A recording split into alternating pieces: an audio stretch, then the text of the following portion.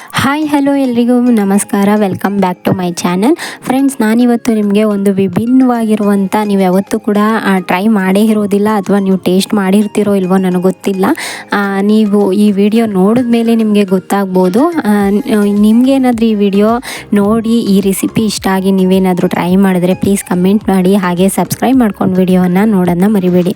ಹಾಗಿದ್ರೆ ಬನ್ನಿ ಈ ರೆಸಿಪಿಯನ್ನು ಹೇಗೆ ಮಾಡೋದು ನೋಡೋಣ. ಈ ರೆಸಿಪಿ ನೇಮ್ ಬಂದು ನೀವು ಈಗಾಗಲೇ ಟೈಟಲಲ್ಲಿ ನೋಡಿರ್ತೀರಾ, ಮೊಟ್ಟೆ ಮಿಠಾಯಿ ಅಂತ ಹೇಳಿ. ಹೌದು ಫ್ರೆಂಡ್ಸ್, ಮೊಟ್ಟೆಯಲ್ಲಿ ಮೊಟ್ಟೆ ಸ್ಮೆಲ್ ಬರೋದಿಲ್ವಾ ಅಂತ ನೀವು ಅಂದ್ಕೊಳ್ಬೋದು. ಬಟ್ ಒಂದ್ಸರಿ ಟ್ರೈ ಮಾಡಿ ನೋಡಿ, ಖಂಡಿತವಾಗ್ಲೂ ನೀವೇ ಆಶ್ಚರ್ಯ ಪಡ್ತೀರಾ. ಇದರಲ್ಲಿ ಮೊಟ್ಟೆ ಹಾಕಿದೀವಾ ಇಲ್ವಾ ಅನ್ನೋ ಅಂಥ ಒಂಚೂರು ಕೂಡ ಗೊತ್ತಾಗೋದಿಲ್ಲ. ಬನ್ನಿ ಹೇಗೆ ಮಾಡೋದು ನೋಡೋಣ. ಇದಕ್ಕೆ ಬೇಕಾಗಿರೋದು ತುಂಬ ಕಡಿಮೆ ಇಂಗ್ರೀಡಿಯೆಂಟ್ಸ್, ಹಾಗೆ ಸ್ವಲ್ಪ ಹೆಲ್ತಿ ಅಂತಲೂ ಹೇಳ್ಬೋದು. ನಿಮಗೆ ವೈಟ್ ಶುಗರ್ ಬೇಡ ಅಂದರೆ ಇಲ್ಲಿ ನೀವು ಬ್ರೌನ್ ಶುಗರನ್ನು ಯೂಸ್ ಮಾಡ್ಕೊಳ್ಬೋದು. ನಿಮಗೆ ಅದು ಸ್ವಲ್ಪ ಹೆಲ್ತಿ ಅಂತ ಅನಿಸುತ್ತೆ.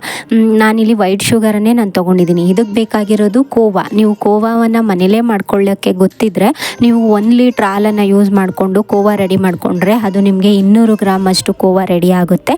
ಹಾಗೆ ಇದಕ್ಕೆ ಇನ್ನೊಂದು ಬೇಕಾಗಿರೋದು ಬಾದಾಮಿ, ಇಲ್ಲಿ 50 ಗ್ರಾಮ್.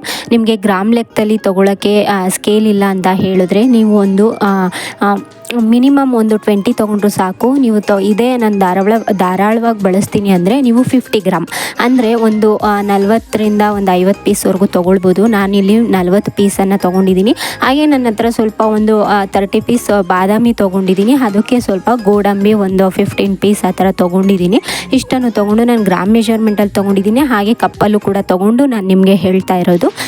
ನಂತರ ನೋಡಿ, ಇದಕ್ಕೆ ಬೇಕಾಗಿರೋದು 200 ಗ್ರಾಮ್ ಅಷ್ಟು ಕೋವಾ. ನಾನಿಲ್ಲಿ ಅನ್ಸ್ವೀಟೆಂಡ್ ಕೋವಾ, ಹಾಗೆ ಸ್ವೀಟ್ ಆ್ಯಂಡ್ ಕೋವಾ ಅಲ್ಲ, ಇದಕ್ಕೆ ಬೇಕಾಗಿರೋದು ಅನ್ಸ್ವೀಟೆಂಡ್ ಕೋವಾ.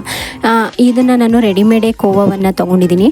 ನಂತರ ಬಾದಾಮಿಯನ್ನು ನಿಮಗೆ ಟೈಮ್ ಇದ್ದರೆ ಒಂದು 2-3 ಗಂಟೆ ಒಂದು ನೀರಲ್ಲಿ ನೆನೆಸಿ ಬಿಟ್ಬಿಡಿ. ಇಲ್ಲ ಅಂದರೆ ನಿಮಗೆ ಟೈಮ್ ಇಲ್ಲ ಅಂದರೆ ಜಸ್ಟ್ 5 ಮಿನಿಟ್ಸ್ ಟು 10 ಮಿನಿಟ್ಸ್ ನೀವು ಬಿಸಿನೀರಲ್ಲಿ ನೆನೆಸಿ ನಂತರ ಅದನ್ನು ಸಿಪ್ಪೆ ತೆಗೆದು ಮಿಕ್ಸಿಯಲ್ಲಿ ಸ್ವಲ್ಪ ನೀರು ಅಥವಾ ಹಾಲನ್ನು ಮಿಕ್ಸ್ ಮಾಡಿಕೊಂಡು ಸ್ವಲ್ಪ ತಿಕ್ಕಾಗಿ ಪೇಸ್ಟ್ ಮಾಡ್ಕೊಳ್ಳಿ. ನಂತರ ಈ ಕೋವಾ ನೋಡಿ, ನೀವು ಕೋವಾನ ನಿಮಗೆ ಸ್ವಲ್ಪ ಮಿಕ್ಸ್ ಮಾಡೋಕ್ಕೆ ಕಷ್ಟ ಅಂದರೆ ಇದನ್ನು ಕೂಡ ನೀವು ಮಿಕ್ಸಿಯಲ್ಲಿ ಹಾಕಿ ನೀವು ಗ್ರೈಂಡ್ ಮಾಡ್ಕೊಳ್ಬೋದು 1 ರೌಂಡ್. ನಾನು ಹಾಗೆ ಮಿಕ್ಸ್ ಮಾಡ್ಕೊಳ್ತಾ ಇದ್ದೀನಿ. ಹಾಗೆ ನೀವು ಮನೆಯಲ್ಲಿ ಮಾಡಿ ಕೂಡ ಯೂಸ್ ಮಾಡ್ಬೋದು ಕೋವಾನ, ಅಥವಾ ಹೊರಗಡೆ ತಂದು ಕೂಡ ಯೂಸ್ ಮಾಡ್ಬೋದು. ನಾನು ರೆಡಿಮೇಡೇ ಯೂಸ್ ಮಾಡ್ತಾ ಇದ್ದೀನಿ. ಇದು ಅನ್ಸ್ವೀಟೆಂಡ್ ಕೋವಾ. ಇದಕ್ಕೆ ಯೂಸ್ ಮಾಡಬೇಕಾಗಿರೋ ಅಂಥದ್ದು ಅನ್ಸ್ವೀಟೆಂಡ್ ಕೋವಾ, ಸಪ್ಪೆ ಕೋವಾವನ್ನು ಯೂಸ್ ಮಾಡ್ಕೊಳ್ಬೇಕು. ನೋಡಿ, ಇದಕ್ಕೆ 200 ಗ್ರಾಮ್ ಕೋವಾಗೆ ನಾನು 5 ಮೊಟ್ಟೆಯನ್ನು ತೊಗೊಂಡಿದ್ದೀನಿ. ಇಲ್ಲಿ ನಾವು 6 ಮೊಟ್ಟೆಯನ್ನು ತೊಗೊಳ್ಬೋದು. ನಿಮಗೆ ಮೊಟ್ಟೆ ಸ್ಮೆಲ್ ಹೊಡೆಯುತ್ತೆ ಅನ್ನೋದಾದರೆ ನೀವು ಇಲ್ಲಿ 5 ಮೊಟ್ಟೆಯನ್ನು ತೊಗೊಳ್ಬೋದು. ಇಲ್ಲಿ ನಾನು 5 ಮೊಟ್ಟೆಯನ್ನು ತೊಗೊಂಡಿದ್ದೀನಿ. ಮೊದಲಿಗೆ ಕೋವಾ ಮತ್ತು ಮೊಟ್ಟೆಯನ್ನು ಒಂದೊಂದಾಗಿ ಹಾಕ್ಕೊಂಡು ನೀಟಾಗಿ ಮಿಕ್ಸ್ ಮಾಡ್ಕೊಳ್ಳೋಣ. ಯೆಲ್ಲೋ ಆ್ಯಂಡ್ ವೈಟ್ ಮಿಕ್ಸ್ ಏನಿದೆ ಮೊಟ್ಟೆಯಲ್ಲಿ ಅದು ನೀಟಾಗಿ ಮಿಕ್ಸ್ ಆಗಬೇಕು. ಹಾಗಾಗಿ ಫಸ್ಟು ಮೊದಲಿಗೆ ಕೋವಾ ಮತ್ತು ಮೊಟ್ಟೆ ಎರಡನ್ನು ನಾನು ನೀಟಾಗಿ ಮಿಕ್ಸ್ ಮಾಡ್ಕೊಳ್ತೀನಿ. ಹಾಗೆ ಇದನ್ನು ಮಾಡಲಿಕ್ಕೆ ನಮಗೆ ಬೇಕಾಗಿರೋದು ತುಂಬ ಕಡಿಮೆ ಐಟಮ್, ಒಂದು 5ರಿಂದ 6 ಐಟಮ್ ಇದ್ದರೆ ಸಾಕು. ಮೊದಲಿಗೆ ಇದನ್ನು ನೀಟಾಗಿ ಮಿಕ್ಸ್ ಮಾಡ್ಕೋತೀನಿ. ಹಾಗೆ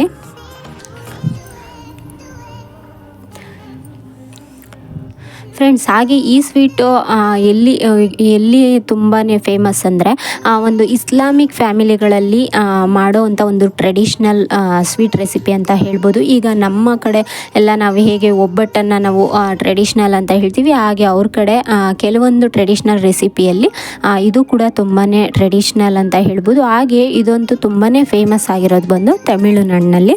ಇದು ತಮಿಳುನಾಡಿನಲ್ಲಿ ತುಂಬಾ ಫೇಮಸ್ ಆಗಿ ಇವತ್ತು ಒಂದು ಸೇಲ್ ರೆಸಿಪಿಯಾಗಿ ಒಂದು ತುಂಬಾ ಬಿಗ್ ಹಿಟ್ ಅಂತ ಕೊಟ್ಟಂಥ ಒಂದು ಸೇಲ್ ರೆಸಿಪಿ ಅಂತ ಹೇಳ್ಬೋದು ಇದು. ಇದಕ್ಕೆ ಹಾಗೆ ನೋಡಿ, ನಾನು 200 ಗ್ರಾಮ್ ಶುಗರ್ ಏನನ್ನು ತೊಗೊಂಡಿದ್ದೀನಿ. ಅದನ್ನು ನೀವು ಪೌಡ್ರ್ ಮಾಡಿ ಕೂಡ ತೊಗೊಳ್ಬೋದು, ಇಲ್ಲ ಹಾಗೆ ಡೈರೆಕ್ಟ್ ತೊಗೊಳ್ಬೋದು. ನಾನು 250 ml ಅಲ್ಲಿ 1 ಕಪ್ ತೊಗೊಂಡಿದ್ದೀನಿ. ಅದರಲ್ಲಿ 1 ಕಪ್ ತೊಗೊಂಡ್ರೆ ನಿಮಗೆ 200 ಗ್ರಾಮ್ ಕರೆಕ್ಟಾಗಿರುತ್ತೆ. ನೀವು ಗ್ರಾಮಲ್ಲಾದ್ರು ತೊಗೊಳ್ಬೋದು, ಅಥವಾ ನಿಮ್ಮ ಹತ್ರ 250 ml ಕಪ್ ಇದ್ದರೆ ಅದರಲ್ಲಿ 1 ಕಪ್ ತೊಗೊಳ್ಳಿ. ನಿಮಗೆ ಅದು ಪಕ್ಕ 200 ಗ್ರಾಮ್ ಇರುತ್ತೆ. ನಂತರ ನೋಡಿ, ಆ ಸಕ್ಕರೆಯನ್ನು ಹಾಕ್ಕೊಂಡೆ. ನೀವು ಸಕ್ಕರೆ ಡೈರೆಕ್ಟಾಗಿ ಹಾಕ್ಕೊಳ್ಳಿ, ಯಾಕಂದರೆ ಇದನ್ನು ನಾವು ಸ್ವಲ್ಪ ಗ್ಯಾಸ್ ಸ್ಟಾಪ್ ಮೇಲೆ ಇಟ್ಕೊಂಡು ಸ್ವಲ್ಪ ಆ ಲಿಕ್ವಿಡ್ ಆಗಿರೋದನ್ನ ತಿಕ್ಕಾಗಿ ಬೇಯಿಸ್ಕೊಳ್ಬೇಕಾಗುತ್ತೆ. ನಂತರ ಇದನ್ನು ನಾವು OTGಲಿ ಟ್ರಾನ್ಸ್ಫರ್ ಮಾಡಬೇಕು. ನಂತರ ಇದಕ್ಕೆ ನೋಡಿ, ನಾನು ಫಸ್ಟ್ ಕೋವಾ ಹಾಕ್ಕೊಂಡೆ, ಮೊಟ್ಟೆ ಹಾಕ್ಕೊಂಡೆ, ನೀಟಾಗಿ ಮಿಕ್ಸ್ ಮಾಡಿಕೊಂಡೆ, ನಂತರ ಸಕ್ಕರೆ ಹಾಕ್ಕೊಂಡೆ, ಮಿಕ್ಸ್ ಮಾಡಿದೆ. ನಂತರ 50 ಗ್ರಾಮ್ ತುಪ್ಪ ಅಥವಾ 1/4 ಕಪ್ ತುಪ್ಪ ಹಾಕ್ಕೊಂಡೆ. ಹಾಗೆ ಇದಕ್ಕೆ ಏಲಕ್ಕಿ, ಇಷ್ಟೇ ಫ್ರೆಂಡ್ಸ್. ಇನ್ಯಾವ ಐಟಮು ಕೂಡ ಬೇಕಾಗಿಲ್ಲ ನಮಗೆ. ಇದಕ್ಕೆ ಇಷ್ಟು ಐಟಮನ್ನು ಹಾಕಿ ನೀಟಾಗಿ ಮಿಕ್ಸ್ ಮಾಡ್ಕೊಳ್ತೀನಿ ಇದನ್ನು.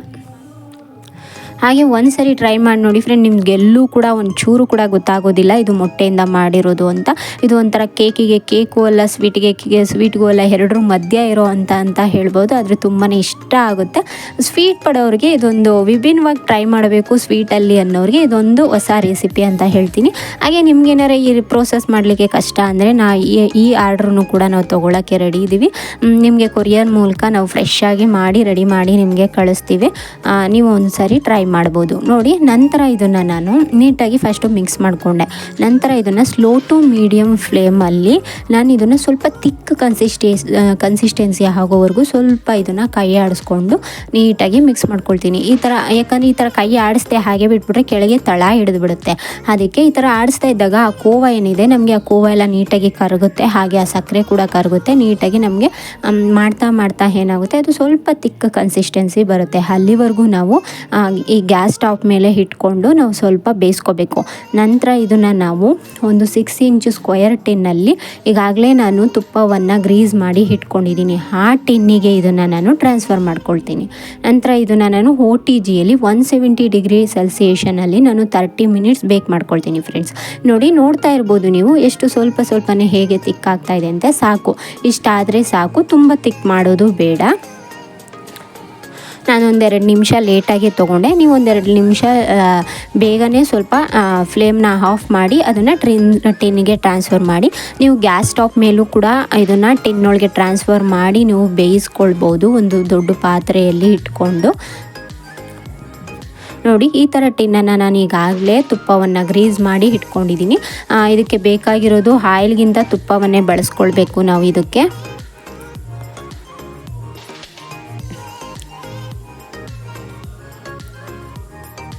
ನೋಡಿ, ಈ ಥರ ನೀಟಾಗಿ ಸ್ವಲ್ಪ ಬಿಸಿ ಇರುತ್ತೆ, ನೋಡಿಕೊಂಡು ನೀಟಾಗಿ ಮಿಕ್ಸನ್ನು ನೀಟಾಗಿ ಇವನ್ನಾಗಿ ಸ್ಪ್ರೆಡ್ ಮಾಡ್ಕೊಳ್ಳಿ. ಇದಕ್ಕೆ ಯಾವುದೇ ಥರ ಬಟರ್ ಪೇಪರ್ ಹಾಕಬೇಕು ಅನ್ನೋ ಅವಶ್ಯಕತೆ ಇಲ್ಲ. ಇದ್ದರೆ ಹಾಕ್ಕೊಳ್ಬೋದು, ಹಾಕ್ಕೊಳ್ಳೇಬೇಕು ಅನ್ನೋ ಒಂದು ಏನೂ ಕಂಪಲ್ಸರಿ ಇಲ್ಲ.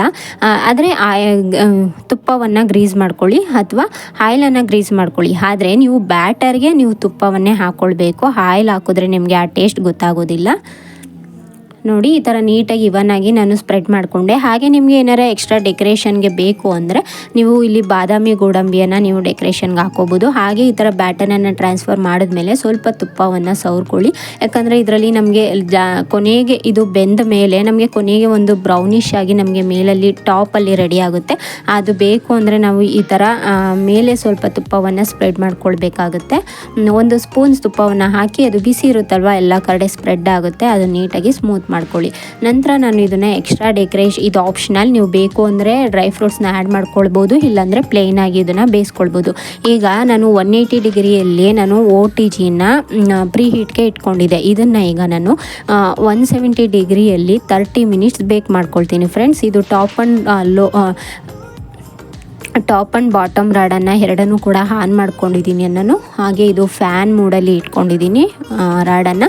ಇದನ್ನು ನಾನು 30 ಮಿನಿಟ್ಸ್ ಬೇಕ್ ಮಾಡ್ಕೊಳ್ತೀನಿ. ಆಫ್ಟರ್ 30 ಮಿನಿಟ್ಸ್ ನಾನು ಹೇಗೆ ಬೇಕಾಗಿದೆ ಅಂತ ನಾನು ನಿಮಗೆ ತೋರಿಸ್ತೀನಿ.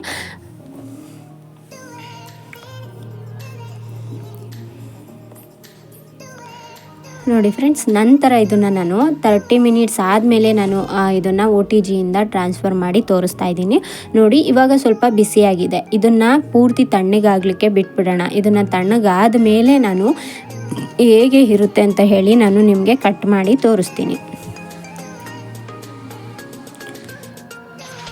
ಹಾಗೆ ಫ್ರೆಂಡ್ಸ್, ನೀವು ಒಂದು ಸರಿ ಟ್ರೈ ಮಾಡಿ ನೋಡಿ, ಮರಿಬೇಡಿ. ಹಾಗೆ ನೀವು ಯಾರಾದರೂ ಟ್ರೈ ಮಾಡಿದರೆ ಪ್ಲೀಸ್ ನನಗೆ ಒಂದು ಸರಿ ಕಮೆಂಟ್ ಮಾಡಿ ಹೇಗಿತ್ತು ಟೇಸ್ಟು, ನಿಮಗೇನಾದರೂ ಕೂಡ ಫೀಲ್ ಆಗ್ತಾ ಇದೆಯಾ ಮೊಟ್ಟೆ ಅನ್ನೋದನ್ನ ತಿಳಿಸಿ. ಆದರೆ ನಾನು ಹೇಳ್ತೀನಿ, ಒಂಚೂರು ಕೂಡ ನಿಮಗೆ ಮೊಟ್ಟೆ ಸ್ಮೆಲ್ ಬರೋದೇ ಇಲ್ಲ, ನಿಮಗೆ ಫೀಲ್ ಕೂಡ ಆಗೋದಿಲ್ಲ ಇದರಲ್ಲಿ ಮೊಟ್ಟೆ ಹಾಕಿದ್ದೀವಿ ಅಂತ.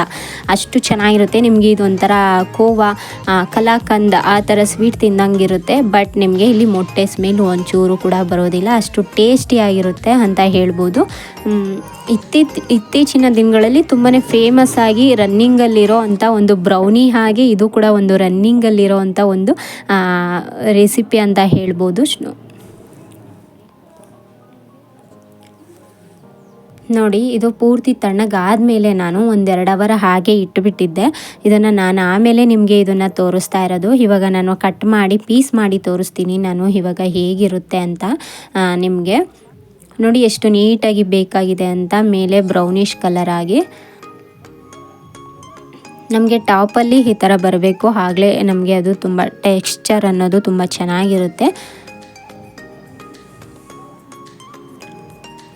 ಫ್ರೆಂಡ್ಸ್, ನಾನು ಕೂಡ ಮೊದಲಿಗೆ ಮೊಟ್ಟೆ ಮಿಠಾಯಿ ಅಂತ ಕೇಳಿದಾಗ ನಾನು ಕೂಡ ಹೇಗಿರುತ್ತೋ ಏನೋ, ಮೊಟ್ಟೆ ಸ್ಮೆಲ್ ಬರುತ್ತೋ ಏನೋ ಅಂದ್ಕೊಂಡು ಹಾಗೆ ಇದನ್ನು ಟ್ರೈ ಮಾಡೋದೋ ಬೇಡವೋ ಅಂದ್ಕೊಂಡು ಸುಮ್ಮನೆ ಆಗಿಬಿಟ್ಟಿದೆ. ಬಟ್ ಒಂದು ಸರಿ ನೋಡೋಣ ಅಂತ ಹೇಳಿ ನಾನು ಇದನ್ನು ಮಾಡಿ ಟೇಸ್ಟ್ ಮಾಡಿ ನಿಮಗೆ ನಂತರ ಹೇಳ್ತಾ ಇದ್ದೀನಿ. ನೀವು ಇದನ್ನು ರೂಮ್ ಟೆಂಪ್ರೇಚರಲ್ಲಿ 3 ದಿನ ಇಡ್ಬೋದು. ಹಾಗೆ ಫ್ರಿಡ್ಜಲ್ಲೂ ಕೂಡ ನೀವು 7 ಡೇಸ್ವರೆಗೂ ಸ್ಟೋರ್ ಮಾಡಿಕೊಂಡು ಇದನ್ನು ಟೇಸ್ಟ್ ಮಾಡ್ಬೋದು ಫ್ರೆಂಡ್ಸ್.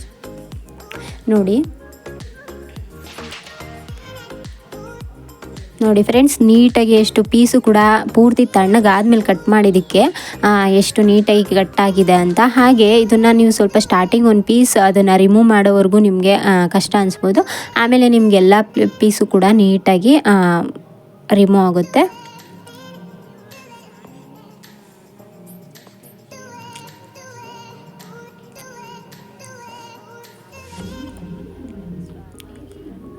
ಫ್ರೆಂಡ್ಸ್, ನಾನು ಟೇಸ್ಟ್ ಹೇಗಿದೆ ಅಂತ ನಿಮ್ಮ ಹತ್ರ ಶೇರ್ ಮಾಡ್ಕೊಳ್ಬೋದು ಅಷ್ಟೇ. ಅದನ್ನು ಅನುಭವಿಸಿ ನೋಡಬೇಕು ಅಂದರೆ ನೀವು ಒಂದು ಸಾರಿ ಈ ರೆಸಿಪಿಯನ್ನು ಟ್ರೈ ಮಾಡಲೇಬೇಕು. ನಾನು ಹೇಳ್ಬೋದು ಆಗಿದೆ ಹೀಗಿದೆ ಅಂತ, ಬಟ್ ಅದು ನೀವು ಸ್ವತಃ ಅನುಭವಿಸ್ದಾಗಲೇ ನನಗೆ ಗೊತ್ತಾಗೋದು ಅಂತ ಅಂದ್ಕೊಳ್ತೀನಿ. ನನಗಂತೂ ತುಂಬಾ ಇಷ್ಟ ಆಯಿತು. ನನಗಂತೂ ಒಂಚೂರು ಎಲ್ಲೂ ಕೂಡ ಮೊಟ್ಟೆ ಸ್ಮೆಲ್ಲಂತೂ ಒಂಚೂರು ಕೂಡ ಬರಲಿಲ್ಲ ನನಗೆ. ಇದಕ್ಕೆ ನೀವು ಏಲಕ್ಕಿಯನ್ನು ಹಾಕ್ಕೊಳ್ಬೋದು, ಅಥವಾ ನಿಮ್ಮ ಹತ್ರ ರೋಸ್ ಎಸೆನ್ಸ್ ಅಥವಾ ಇದು ಏನಪ್ಪ ಕೇಸರಿ ದಳ ಇದ್ದರೆ ಅದನ್ನು ನೀವು ಹಾಕ್ಕೊಳ್ಬೋದು. ಅವೆರಡೂ ಇಲ್ಲಾಂದರೆ ಏಲಕ್ಕಿ ಹಾಕ್ಕೊಂಡ್ರೆ ನಿಮಗೆ ಸಾಕು. ನಾನು ಫುಲ್ ಇಂಗ್ರೀಡಿಯೆಂಟ್ಸ್ ಮೆಷರ್ಮೆಂಟನ್ನು ನಾನು ಡಿಸ್ಕ್ರಿಪ್ಷನಲ್ಲಿ ಮೆನ್ಷನ್ ಮಾಡಿರ್ತೀನಿ. ನೀವು ಬೇಕಾದರೆ ಒಮ್ಮೆ ಟ್ರೈ ಮಾಡ್ಬೋದು. ಹಾಗೆ ಟ್ರೈ ಮಾಡಿ ಕಮೆಂಟಲ್ಲಿ ತಿಳಿಸೋದನ್ನ ಮರಿಬೇಡಿ. ಹಾಗೆ ಸಬ್ಸ್ಕ್ರೈಬ್ ಮಾಡಿಕೊಂಡು ವಿಡಿಯೋ ನೋಡೋದನ್ನ ಮರಿಬೇಡಿ. ಹಾಗೆ ಬೆಲ್ಲೈಕನ್ನ ಕ್ಲಿಕ್ ಮಾಡೋದನ್ನ ಕೂಡ ಮರಿಬೇಡಿ. ಯಾಕಂದರೆ ನಾನು ಹಾಕೋ ಪ್ರತಿ ವಿಡಿಯೋ ನೋಟಿಫಿಕೇಷನ್ ನಿಮಗೆ ಬೇಗ ಬಂದು ತಲುಪುತ್ತೆ. ಅದರಿಂದ ನೀವು ಬೇಗ ಓಪನ್ ಮಾಡಿ ವಿಡಿಯೋನ ನೋಡ್ಬೋದು. ನೋಡಿ, ಇವತ್ತಿನ ರೆಸಿಪಿ ಇದಾಗಿತ್ತು ಫ್ರೆಂಡ್ಸ್.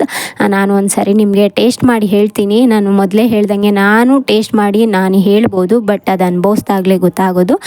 ಒಂದು ಸಾರಿ ನೀವು ಕೂಡ ಟ್ರೈ ಮಾಡಿ ನೋಡಿ, ತುಂಬಾ ಚೆನ್ನಾಗಿರುತ್ತೆ. ಒಂದು ವಿಭಿನ್ನವಾದಂಥ ಒಂದು ರೆಸಿಪಿ ಅಂತ ಹೇಳ್ಬೋದು. ನೀವೇನಾದರೂ ಈಗಾಗಲೇ ಟ್ರೈ ಮಾಡಿ ಟೇಸ್ಟ್ ಮಾಡಿದರೆ ಅದನ್ನು ಕೂಡ ತಿಳಿಸಿ. ನಾನ್ಯಾವತ್ತೂ ಮಾಡಿರಲಿಲ್ಲ. ನಾನು ಇವತ್ತೇ ಇದನ್ನು ಮೊಟ್ಟೆ ಮಿಠಾಯಿ ಅಂತ ಕೇಳಿದ್ದು ಕೂಡ ಫಸ್ಟ್ ಟೈಮ್. ಹಾಗೆ ಅದನ್ನು ಟ್ರೈ ಮಾಡಿ ಟೇಸ್ಟ್ ಮಾಡಿ ತುಂಬ ಇಷ್ಟಪಟ್ಟಿದ್ದು ಕೂಡ ಇದೆ ಫಸ್ಟ್ ಟೈಮ್. ತುಂಬಾ ಚೆನ್ನಾಗಿರುತ್ತೆ. ಇದರಲ್ಲಿ ಇದೊಂಥರ ಹೇಗೆ ಅಂದರೆ ನಿಮಗೆ ಕೋವಾ ಸ್ವೀಟ್ ಕೋವಾ ಕೋವಾ ಸ್ವೀಟನ್ನು ನೀವು ತಿಂದಾಗ ಹೇಗೆ ಟೇಸ್ಟ್ ಇರೋ ಸೇಮ್ ನಿಮ್ಗೆ ಹಾಗೆ ಬರುತ್ತೆ. ಬಟ್ ನಿಮಗೆ ಇಲ್ಲಿ ನಾವು ಮೊಟ್ಟೆ ಯೂಸ್ ಮಾಡಿರ್ತೀವಿ, ಆದರೆ ಒಂಚೂರು ಕೂಡ ನಮಗೆಲ್ಲೂ ಮೊಟ್ಟೆ ಸ್ಮೆಲ್ ಅಂತೂ ಖಂಡಿತ ಬರೋದಿಲ್ಲ. ನಾನು ಕೂಡ ಹಂಗೆ ಅಂದ್ಕೊಂಡು ಸುಮ್ಮನೆ ಇದ್ದೆ. ಫಸ್ಟ್ ಮಾಡಿದ್ಮೇಲೆ ನನಗೂ ಗೊತ್ತಾಗಿದ್ದು ತುಂಬಾ ಇಷ್ಟ ಆಯಿತು. ನನಗೂ ಕೂಡ ಒಂದು ಡಿಫ್ರೆಂಟ್ ರೆಸಿಪಿ.